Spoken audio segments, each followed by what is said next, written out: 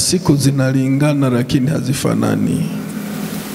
Lakini kama tulivyojifunza siku ya Jumatano, ni vizuri, ilikuwa Ijumaa, ni vizuri kuwa na taratibu za kujiombea sana kwa wakati ulioko mbele wa maisha yako. Sio vizuri kuanza vizuri halafu namaliza vibaya. Wale watu wa Mungu, wazee wetu Israeli, walimjua Mungu sana na walimwogopa, walimtii, walimnyenyekea, walikuwa waaminifu kabisa. Wingu likisimama walikuwa hawahami, walikuwa wanangojea, ikiwa siku mbili, ikiwa wiki, ikiwa mwezi, ikiwa mwaka, hapo hapo hawaondoki. Lakini siku wingu wakiona linaanza kutembea, moja kwa moja wanaondoka. Ikiwa usiku, inakuwa nguzo ya moto. Kwa hiyo wenzetu waliongozwa katika sura hiyo na walimsikia sana Musa wakati alipokuwa akitoa maelekezo kwa ajili ya maisha yao ili waweze kufanikiwa na Mungu aendelee kuwa Mungu wao. Kwa hiyo nyakati zetu ni nyakati ambazo tunahitajika kusimama imara na kuwa waaminifu. Lakini mtu wa Mungu, sisi tunamwogopa Mungu kuliko kitu chochote. Kwa hiyo Mungu ndiye tunamheshimu, ndiye tunamsikia maelekezo yake, ndiye tunakubali maelekezo yake, na ni kwa sababu tunampenda na tunahitaji atubariki, atutoe kwenye hatua tulizo nazo, atuweke kwenye hatua zingine. Bwana Yesu asifiwe. Kwa hiyo mtu wa Mungu, unapokuwa unapata neema, baraka, sio vizuri kuwa na kiburi, sio vizuri kuwa na majivuno. Ndipo unahitajika kuendelea kumnyenyekea Mungu zaidi. Bwana Yesu asifiwe. Kisoma Matendo ya Mitume, tuanzia pale sura ya 26 mstari wa 18. Naondokea kwenye pointi inayosema Mungu ataleta uamsho kwa watu waaminifu kupokea baraka za Kristo za kiroho, miujiza na ujazo wa Roho Mtakatifu vitakuja juu ya mabaki wanaomtafuta Kristo kwa uaminifu na kushinda ulimwengu. Bwana asifiwe.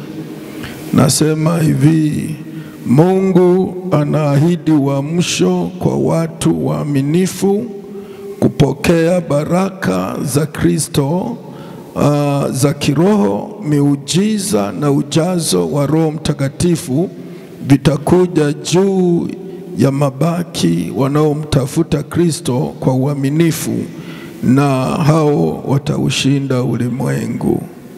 Bwana asifiwe. Maana ili kufanikiwa lazima tusiwe na tamaa ya dunia hii, lakini tuwe na maisha ya wasafiri tunaosafiri kwenda mbinguni. Kwa hiyo tusomee Matendo ya Mitume 26, sura ya 26 mstari wa 18. Matendo 26:18.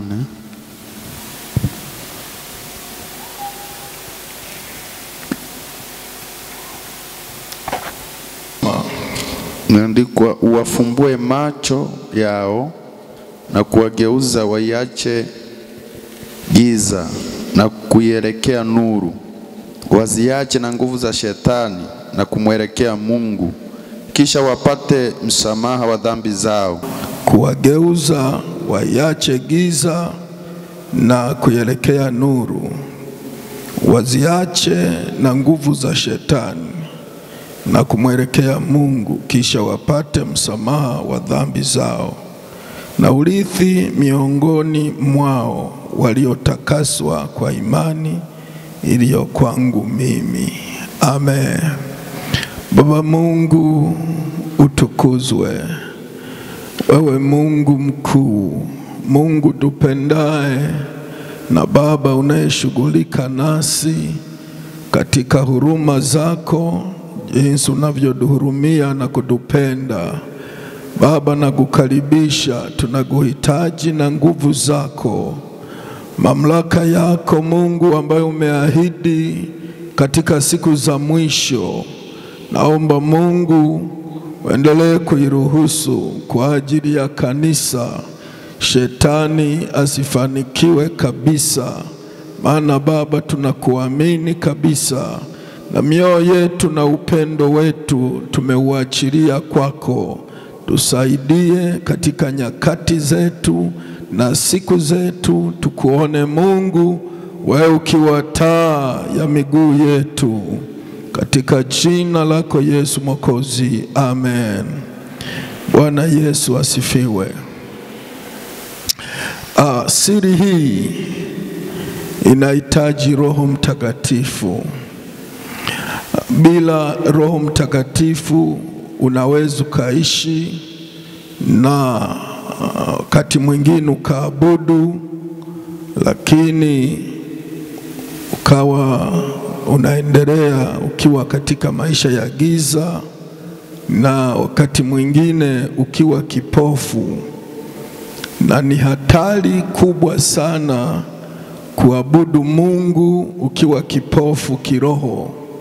Ni hatari kubwa sana kukosa macho ya kuona na kukosa uwezo wa kufahamu mambo yanayokuzunguka katika nyakati zinazokuhusu. Ni hatari tulioisoma katika Timotheo wa pili sura ya 3 kuanzia mstari wa 1 mpaka mstari wa 4. Ni hatari kubwa ambayo kanisa tunatakiwa kuwa na maamuzi. Mtumishi wa Mungu Petro anapoeleza habari ya uwezo wa kufumbuliwa macho na kutoka katika giza, maneno haya ni ya kweli kabisa. Yuko mtu ana macho lakini haoni, na ana masikio lakini hasikii, na hata kisikia hawezi kufahamu. Lakini nahitaji nguvu ya Mungu ya Roho Mtakatifu inayosikizisha moyo wa mwanadamu na maisha ya mwanadamu, siri za kiungu, ili mwanadamu anapokuwa ameziamini ageuzwe na kubadilishwa na kuwa na siri ya ufahamu unaofahamu sawasawa na Mungu. Na siri hii ni wachache waliopewa neema hiyo. Na hii ndio sababu mtu aliyeokoka haitakiwi wakati mwingine kujifananisha na jirani, kujifananisha na rafiki yako. Maana Biblia inasema kila mtu atachukua furushi lake mwenyewe, na kila goti litapigwa, na kila ulimi utakiri ya kwamba Yesu ni Bwana. Bwana Yesu asifiwe. Ndio sababu ni muhimu mtu wa Mungu kutamani neema ya Mungu, kama jinsi Mungu alivyokuokoa na jinsi Mungu alivyokuita kutengeneza msimamo wa imani katika maisha yako bila kuangalia rafiki. Maana anaweza kawa rafiki lakini akawa mbovu, akawa haoni, akawa yuko gizani, giza limetawala maisha yake. Mtu utamtambua kwa mazungumzo, lakini utamtambua kwa matendo, lakini utamtambua kwa msimamo. Maana mtu aliyeoshwa, mtu aliyetubu, Mtu aliyegeuka lazima awe na mabadiliko ya mwenendo, lazima awe na njaa na kiu ya haki, lazima awe na uvumilivu katika imani pamoja na utii, vinavyozaliwa na ule uzuri wa Yesu ambao mtu amefunuliwa na kuelewa gharama ya thamani ambayo Yesu aliifanya ili mtu huyu aweze kuokolewa. Si mahali pa kwenda kama kipofu, si mahali pa kwenda kama kiziwi, si mahali pa kwenda kama kiwete. Hapana, hapana. Macho ya mioyo yetu yatiwe nuru. Yakitiwa nuru, mtu wa Mungu utakuwa na uwezo wa kumwacha shetani na nguvu zake ili zisimiliki moyo wako, maisha yako, njia yako, uweze kutawaliwa na siri ya Kristo Yesu. Amen. Sema amen. Sema amen. Ni muhimu ukifumbuliwa, ukifunuliwa, utaanza kuona ni raha kuwa mwaminifu kwa Yesu, ni raha kumtumikia Yesu, ni raha kujaa nguvu ya Roho Mtakatifu, ni raha kuwa mwaminifu, ni raha kuwa mtii, ni raha kuwa mkweli.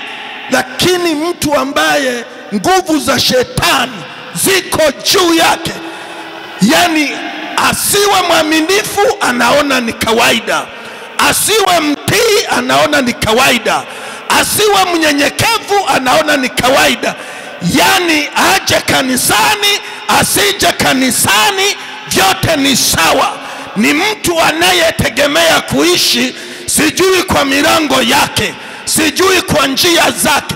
Jamani, Yesu atusaidie. Bwana Yesu asifiwe. Yesu atusaidie ili tufumbuke macho, tuziache njia za shetani, tuziache kazi za shetani, tuziache nguvu za shetani, ili tutawaliwe na njia ya Bwana, tutawaliwe na kazi ya Bwana, tutawaliwe na nguvu ya Bwana.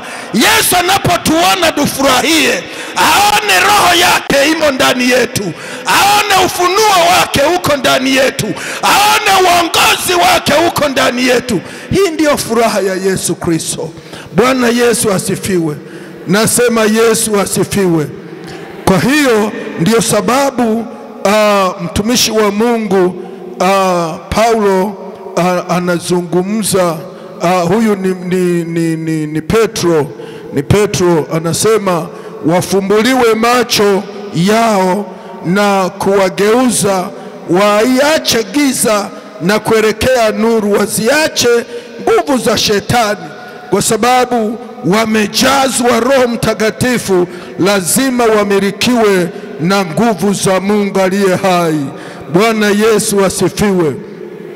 Katika Matendo sura ya 3, Matendo sura ya 3 na mstari ule wa 21, sura ya 3 na mstari wa 21 imeandikwa,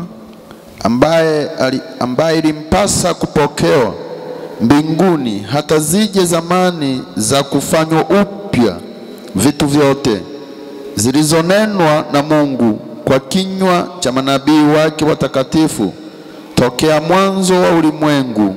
Amen. Yesu asifiwe.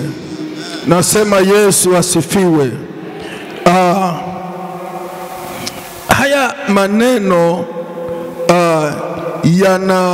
yanatokea kwenye mabadilisho ya toba ya kweli.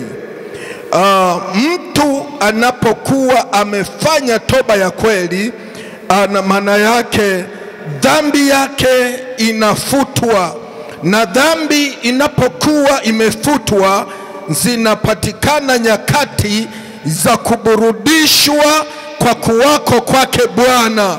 Maana mtu huyu anatawaliwa na Yesu sasa, ndiyo anasema apate kumtuma Kristo Yesu mliyewekewa tangu zamani, ambaye ilimpasa kupokewa mbinguni hata zije zamani za kufanywa upya vitu vyote. Habari ya kufanywa upya vitu vyote, Biblia inasema hata imekuwa mtu akiwa ndani ya Kristo amekuwa kiumbe kipya, ya kale yamepita, tazama yamekuwa mapya. Yesu Kristo alikuja duniani akaacha roho wake pamoja na neno lake.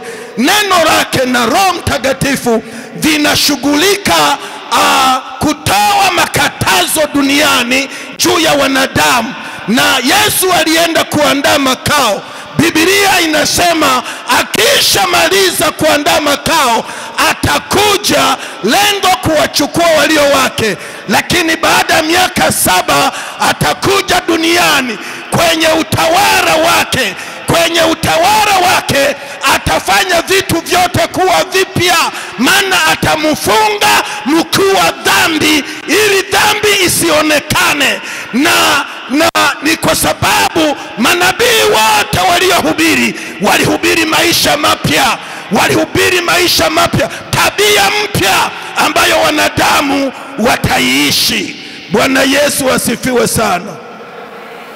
Kwa hiyo ukikuta mtu anafundisha makatazo juu ya dhambi, usione kwamba ni kitu kigeni.